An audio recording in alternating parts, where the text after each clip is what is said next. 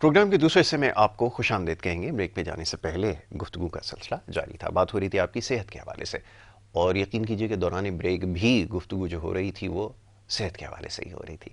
بہرحال جی، اس کے اوپر بات کرنا بے حد ضروری ہے۔ بہت سارے پیغامات آپ کے موصول ہوئے اور دوران بریک بھی بہت سارے پیغامات ہمارے پاس آتے رہے۔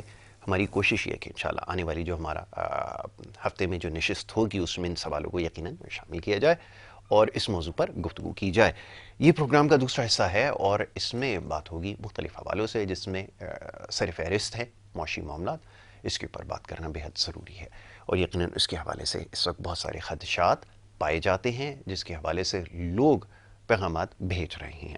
آج کوشش کریں گے ان معاملات پر گفتگو کی جائے اور اس کے ساتھ ساتھ یہ جو تجارتی معاملات ہیں اس میں کیسے بہتری آ سکتی ہے، اور کہا یہ جا رہا ہے کہ ہمارے جو روابط ہیں خطے میں، جو پڑوسی ممالک ہیں ان کے ساتھ اگر وہ بہتر ہوں، تجارتی معاملات کے اوپر اگر زور دیا جائے اور اس کے حوالے سے پالیسی میکنگ کی جائے تو یقیناً صورتحال بہتر ہو سکتی ہے، نہ صرف خطے کے اندر بلکہ خطے سے جو ہمارے دور کے جو ممالک ہیں ان کے ساتھ بھی اگر ہم اپنے روابط بڑھائیں تو یقیناً بہت سارے معاملات تجارتی بہتر ہو سکتے ہیں۔ اسی موضوع پر گفتگو کی جائے گی۔ بڑے خاص مہمان آج اسٹوڈیوز میں ہمارے ساتھ یہاں تشریف رکھتے ہیں، ان سے ان تمام معاملات پر گفتگو کریں گے۔ جو پہلے ہمارے مہمان ہیں ہمارے اور آپ کے جانے پہچانے ہیں، بزنس کے حوالے سے، کاروبار کے حوالے سے، تجارت کے حوالے سے، اس سے جڑے جتنے بھی معاملات ہیں اس پہ جب بھی بات کرنے کا موقع ملتا ہے تو ہم معزز مہمان کو یہاں پہ مدعو کرتے ہیں اور ہماری دعوت پر ہمیشہ لبیک کہتے ہیں۔ فاروق افضل صاحب جو کہ ایک معاشی تجزیہ کار بھی ہیں، ایک کامیاب بزنس مین بھی ہیں، اور اس کے علاوہ نہ جانے کیا کیا ہیں۔ فاروق بھائی کو خوش آمدید کہوں گا۔ Thank you so very much, بہت شکریہ فاروق افضل صاحب پروگرام میں ہمیں وقت دینے کے لیے۔ دوسرے ہمارے ایک اور بڑے خاص مہمان، آپ ساؤتھ کوریا میں مقیم ہیں کافی عرصے سے، وہاں پر مختلف حوالوں سے کام کر رہے ہیں اور خاص طور پہ جو کاروباری معاملات ہیں ان کو دیکھ رہے ہیں اور بڑے قریب سے دیکھ رہے ہیں۔ اس کے علاوہ آپ اس حوالے سے بھی کام کر رہے ہیں کہ جو پاکستان اور ساؤتھ کوریا کے درمیان جو تجارتی روابط ہیں اس کو کیسے بہتر بنایا جائے، پاکستان کے پوٹینشیل سے کیسے فائدہ اٹھایا جائے، اور ساتھ ساتھ وہاں پہ جو جتنی بھی ٹیکنالوجی وغیرہ ہے اس کو کس طرح سے منتقل کیا جا سکتا ہے، اس حوالے سے بھی کام کر رہے ہیں۔ میں بات کر رہا ہوں ڈاکٹر عین الحق صاحب کا، ہمارے بہت ہی خاص، بڑی معزز، پہلی دفعہ پروگرام میں تشریف لائیں، معزز مہمان کو خوش آمدید کہوں گا۔ ڈاکٹر صاحب بہت شکریہ، بڑی نوازش پروگرام میں وقت دینے کے لیے۔ فاروق بھائی، گفتگو کا آغاز آپ کے ساتھ کریں گے۔ آپ کافی عرصے پہلے ہمیں پروگرام میں یہ بتا کر گئے تھے کہ جو تجارتی روابط ہیں ان کو بڑھانے کے کیا کیا فائدے ہو سکتے ہیں، لیکن افسوس کے ساتھ کہنا یہ پڑتا ہے، میں آپ کا انٹرویو سوشل میڈیا پہ بھی دیکھ رہا تھا، آپ کافی نالاں نظر آ رہے ہیں، خاص طور پہ جو ہمارا جو کاروباری طبقہ ہے اور اس حلقے میں موجود جو ہمارے دوست احباب ہیں ان سے۔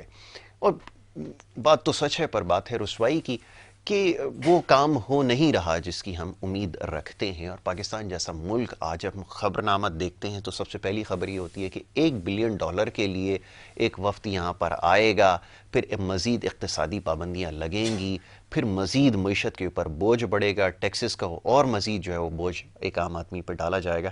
تو کیا یہی ہماری قسمت ہے؟ کیا اتنا مشکل کام ہے پاکستان جیسے ملک کے لیے کہ $1 بلین کے لیے کہ یہ سب کچھ کرنا پڑے اس کو؟ فرمائیے گا، اس پہ چاہوں گا ذرا بسم تبصرہ اللہ کیجیے۔ الرحمن الرحیم۔ جیسا بھی دیکھیے، یہ جو آج کے مسائل ہیں یہ کوئی 2 سال میں کھڑے نہیں ہوئے، 3 سال میں کھڑے نہیں ہوئے، یا بالکل 5 سال ایسا میں ہی۔ کھڑے نہیں ہوئے، ٹھیک ہے۔ ہماری بدقسمتی یہ رہی کہ جو بھی حکمران آئے، جی کسی نے بھی آ کر اس قسم کی کنڈیوسو پالیسیز نہیں بنائی جی جو کہ ایکسپورٹ اورینٹڈ قسم کی ہوں، ٹھیک ہے ٹھیک نا۔ ہے۔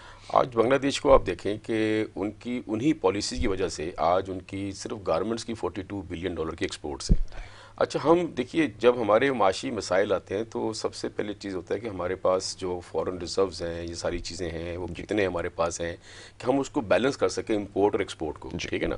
کیونکہ ہمارے یہاں بہت ساری ایسی چیزیں ہیں جو امپورٹ ہوتی ہیں جو فنش پروڈکٹ کو بنانے کے لیے ضروری ہوتی ہیں، اس میں ڈائز ہیں، کیمیکلز ہیں، مشینریز ہیں، پارٹس ہیں، دیر لاٹ آف اسٹف، ٹھیک ٹھیک ہے۔ اب اس کے لیے اگر آپ کے پاس اسٹف نہیں ہے، وہ ری ایکسپورٹ بھی ہوتی ہیں، ایک تو آپ لوکل مارکیٹ میں بیچتے ہیں اس کو، سیکنڈلی آپ اس کو بنا کے ری ایکسپورٹ بھی کرتے ہیں، رائٹ۔ ٹھیک ہے نا، ایکسپورٹ بھی کرتے ہیں۔ اب آج کی جو حالات ہے یہ ہم اگر ہم نے پہلے سے وائز ڈیسیجن لیے ہوتے جی اپنے ملک کے لیے تو ہم اس نہج پہ نہ پہنچتے ہیں. ٹھیک ہے, ہم نے کبھی بھی آپ دیکھیں کہ انڈسٹریلائزیشن کے اوپر کبھی توجہ نہیں دی. ہماری ایگریکلچرل جو ایک بیک بون ہے ایگریکلچر ہماری, ٹھیک ہے, ہم نے اس کے اوپر کبھی توجہ نہیں دی. ہم نے ایگریکلچر پروڈکٹس کو کبھی ایکسپورٹ کرنے کا اس طریقے سے کوئی لاہے عمل اختیار ہی نہیں کیا کہ ہم اپنی اس چیز جو ہمارا پوٹینشیل اتنا بڑا ہے, ہم اس کو استعمال کریں اور اس کو ہم اپنی ییلڈ اتنی بڑھائیں, اتنی اس کی پروڈکشن کریں کہ ہم ایکسپورٹ بھی کریں اور اپنے ملک میں بھی اس کی وافر مقدار ہو کہ قیمتیں نہ بڑھیں. ٹھیک ہے. اچھا, یہ ویژن کی کمی کی وجہ سب کچھ ہوتا ہے. کسی کو اس کی فکر نہیں ہے کہ اللہ سبحانہ وتعالیٰ نے ہم کو اتنی زرخیز زمین دی ہے, کیا کچھ نہیں اگتا اور ہم کتنا اس کو بڑھا سکتے ہیں. ٹھیک ہے, لیکن توجہ والی بات ہے, توجہ نہیں ہے. اسی طرح دیکھیں انڈسٹریلائزیشن کا بھی ہے کہ جو لوگ بھی آئے, ہم جب ہمیں کوٹا, آپ کو پتا ہے کہ کوٹا فری ہوا جب 2005 میں, اس کے بعد ہمیں جی ایس پی ملا 2015 میں, تو ہم نے اپنی کیپیسٹیز نہیں بڑھائی ہوئی تھی. ٹھیک ہے, ہم نے اس قسم کی اگین وہی بات آ جاتی کہ ایسی پالیسیز نہیں بنائی ایس ایم ایز کے لیے, خاص طور پہ جو کہ بیک بون ہوتا ہے کسی بھی ملک کے لیے. ٹھیک ہے, ہم نے ایس ایم ایز کو بھی پروموٹ نہیں کیا. جس طرح بنگلہ دیش میں انہوں نے چھوٹے چھوٹے یونٹس بنائے گارمنٹس کے, اور آج دیکھیں کہ ان کے 10,000 رجسٹرڈ ایکسپورٹرز ہیں صرف گارمنٹس کے. پاکستان میں گن کے 200 ہیں, میں گنوا دوں آپ کو. ٹھیک ہے, تو ہم نے کیپیسٹیز نہیں بڑھائی. ہم دنیا میں آپ سمجھیں کہ چوتھا بڑا ملک تھے کاٹن پروڈیوسنگ میں, آج ہم 8ویں 9ویں نمبر پر آ گئے ہیں. شرم والا مقام ہمارے لیے کہ ہماری جو پالیسی میکرز ہیں, بجائے یہ کہ ہم تیسرے پہ آتے, دوسرے پہ آتے, ہم پہلے کی طرف, لیکن ہم بالکل ڈیٹریٹ کیا ہم نے. کیوں کہ ہمارا دھیان اس طرف ہے ہی نہیں. دیکھیے یہاں پر جو بھی گورنمنٹس آتی ہیں نا, ان کا کوئی دھیان یہ نہیں ہوتا کہ ملک کی فلاح کے لیے کیا کرنا ہے. ان کا یہ ہوتا ہے کہ اگلے 5 سال مجھے اور کس طرح رہنا ہے, اور یا اگلے 3 سال مجھے کس طرح رہنا ہے, وہ اپنی اس پہ کام کر رہے ہوتے ہیں. اور پھر دیکھیں بدقسمتی کہ کرپشن کا اتنا دور ہے, نااہلیت کا اتنا دور ہے, میرٹ پہ کسی کو رکھا نہیں جاتا, جو ایک اہل لوگ ہوتے ہیں ان کو کام کرنے نہیں دیا جاتا, اور پھر ہم ایکسپیکٹ کریں کہ یار یہ ملک ترقی کرے, یہ ممکن نہیں ہے. دیکھیے معاشی خوشحالی اسی وقت آ سکتی ہے جب سارے کام میرٹ پر ہوں. ٹھیک ہے, جب آپ کے right person for the right job ہوگا تو آپ دیکھیے گا انشاءاللہ تعالیٰ کہ یہ ملک بھی ترقی کرے گا. لیکن اس میں ہمارا انڈیویجول انٹرسٹ نہیں ہونا چاہیے نا, میرا پرسنل ویسٹڈ انٹرسٹ کوئی نہیں ہونا چاہیے. میں اگر کولیکٹیو سوچوں, اجتماعی سوچ ہو میری کہ یار مجھے لوگوں کے لیے, مجھے عوام کے لیے, مجھے ملک کے لیے کچھ کرنا ہے, جب وہ سوچ آئے گی تو ہوگا. لیکن اب ہم اس نہج پہ پہنچ چکے ہیں یاسر بھائی کہ یہ عمر کے لوگ جتنے بھی ایسے جو کرپٹ لوگ ہیں یا نااہل لوگ ہیں, وہ اتنی پختگی آ گئی ہے کہ اب ان کے لیے میں سمجھتا ہوں شاید اللہ تعالیٰ نے نا ان کے دلوں پہ اور سب مہر لگا دی ہے کہ اب ہدایت کے راستے بند ہیں. وہ اچھا سوچتے ہی نہیں ہیں, عوام کے لیے سوچتے ہی نہیں ہیں, ملک کے لیے سوچتے نہیں ہیں. ٹھیک ہے نا, تو اگر آپ ملیں عام لوگوں سے, آپ کو پتہ چلا یہ سیاسی بیانات ایک حد تک ہوتے ہیں, اخبار میں, ٹی وی میں آ گئے, یہ کر لیا, بحث مباحثہ, لڑائی جھگڑا, لیکن الٹیمیٹلی یہ سب ایک ہے. جب بھی اوپر آتے ہیں تو وہ اپنے ان کے مفادات ہوتے ہیں, ملک کی مفادات سائڈ پہ رکھتے ہیں. تو معاشی ترقی جب بھی ہو سکتی ہے دیکھیے جب ہم وار فوٹنگ بیسس کے اوپر, آج بھی ہم اپنی جو اللہ نے ہم کو جو طاقت دی ہے, ہمارے نوجوان طبقہ ہمارے پاس ہے. ٹھیک ہے, ہم ایجوکیشن پہ توجہ دیں. ایجوکیشن اگر آپ کی اچھی ہے تو آپ کی معاشی ترقی بھی اچھی ہو سکتی ہے. ہم اپنی ایگریکلچر جو ہمارا پوٹینشیل ہے, ہم اس پہ توجہ دیں فوری طور پہ. انڈسٹریلائزیشن کی ایسی پالیسیز بنائیں چھوٹے یونٹس کی, ایس ایم ایز کے لیے, لوگوں کو کھڑا کریں کہ بزنس اپنا بزنس کریں اپنا وہ, اور ایکسپورٹ اورینٹڈ کلچر کریٹ کریں. ہمیں پیسے چاہیے سر, ہم $1 بلین کے لیے رو رہے ہیں. اگر میری ایکسپورٹ زیادہ ہوتی تو آپ دیکھیں نا, مجھے کیا ضرورت تھی لوگوں کی یار. تو ہم اس طرف ہے ہی نہیں, نہ ہم نے انویسٹمنٹ پہ توجہ دی لوگوں کو لانے کے لیے, اور نہ اس پہ. جب تک یہ چیزیں نہیں ہوں گی میں نہیں سمجھتا کہ ہم معاشی طور پہ بہتر ہو سکتے ہیں. بالکل آپ نے ٹھیک کہا کہ یہ ضروری ہے معاشی طور پر بہتر ہونے کے لیے کہ ایک پالیسی مرتب کی جائے اور وہ ایک لانگ ٹرم پالیسی ہو.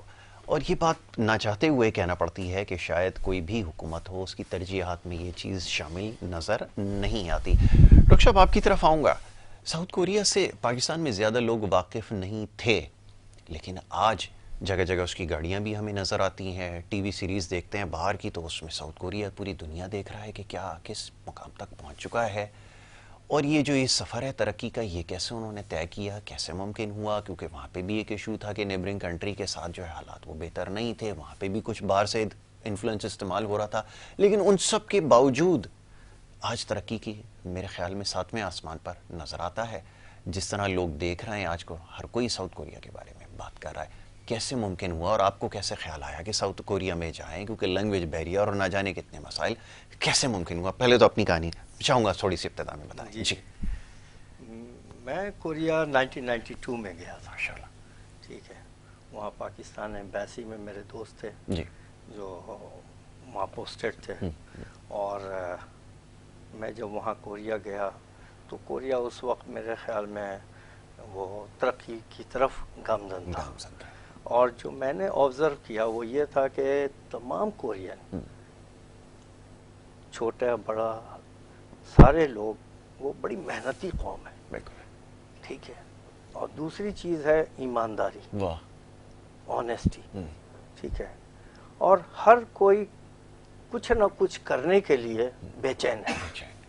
اگر آپ کے پاس کسی بھی قسم کی انکوائری ہے، آرڈرز ہیں، تو وہ آپ کے پیچھے لگ جاتے ہیں اور اس کو میچور کرانے کے لیے تمام تر وسائل کو استعمال کرتے ہیں۔ آپ کو سیمپل چاہیے وہ سیمپل ارینج کریں گے، آپ کو آپ کے مطلب کا ڈیزائن چاہیے وہ ارینج کریں گے، ہر طرح سے آپ کو سپورٹ کریں گے اور اس کے پیسے نہیں لیں گے۔ واہ جی واہ، بہت سے لوگ ایسے بھی تھے کہ جو کام نہیں کرنا چاہتے تھے، وہ سیمپل صرف کلیکٹ کرنے کے لیے کانٹیکٹ کرتے تھے اور سیمپل لیتے تھے۔ لینے کے بعد ان کو خود یہ خیال آیا کیوں نہ ہم اس کو استعمال کریں اور کوشش کریں بزنس کرنے کی۔ تو زیادہ تر جتنے کورینز ہیں وہ سب کا جو ذہن ہے وہ بزنس کی طرف مائل ہے، اور ہر کورین کے پاس اپنا ایک وزٹنگ کارڈ ہے جو اس کی پہچان ہے، ٹھیک ہے۔ تو میں نے یہ دیکھا کہ یہ اتنی محنتی قوم ہے اور ہم لوگ سو کے اٹھتے ہیں دیر سے۔ سب سے بڑی برائی جو ہمارے قوم کی ہے وہ دیر تک سونے کی ہے، اور یہ قوم صبح صبح اٹھتی ہے، ان کا مالک اپنی فیکٹری میں جھاڑو دے رہا ہوتا ہے، صفائی کر رہا ہوتا ہے، جو ورکرز ہیں ان کو کہتا ہے تم کام کرو، تم اپنا کام کرو، یہ کام میں کر لوں گا، میں فارغ ہوں، ٹھیک ہے، تم نے مشین پہ کام کرنا ہے۔ بالکل ٹھیک ہے۔ تو جو شروع میں 90s میں جب گیا تھا تو اس وقت کوریا کا ٹیکسٹائل بوم پہ تھا، عروج پہ تھا، ٹھیک ہے، اور اس کا بہت بڑا ایکسپورٹ جاپان تھا، جاپان وہ ایکسپورٹس کرتے تھے، ٹھیک ہے، ہر گلی گلی میں چھوٹی چھوٹی فیکٹریاں تھیں۔ کوریا میں کمپنی بنانے کے لیے کوئی ضروری نہیں ہے آپ کو آفس دکھانے کی، ٹھیک ہے، آپ کا آفس ہے کہ نہیں ہے، آفس میں ٹیبل چیئر ہے کہ نہیں ہے، کوئی آتا نہیں ہے کہ انسپیکشن کرے کہ آپ کے ٹیبل چیئر اور کمپیوٹر ہے کہ نہیں ہے، اسٹاف ہے کہ نہیں ہے، ٹھیک ہے۔ وہاں آپ جائیں کمپنی رجسٹریشن کرنے کے لیے، میرے خیال میں 5 سے 10 منٹ میں آپ کو کمپنی کی رجسٹریشن آپ کو مل جائے گی، بہت خوب، اسی طرح 5 سے 10 منٹ میں آپ کو بینک کا اکاؤنٹ بھی کھل جائے گا۔ بتائیے۔ تو یہ جو انیشیل ہیزلز ہیں جو پاکستان میں ہیں وہ وہاں نہیں ہے، آسان کر دیا بالکل ٹھیک ہے، ہر کے لیے کام کرنے کے لیے۔ بالکل ٹھیک۔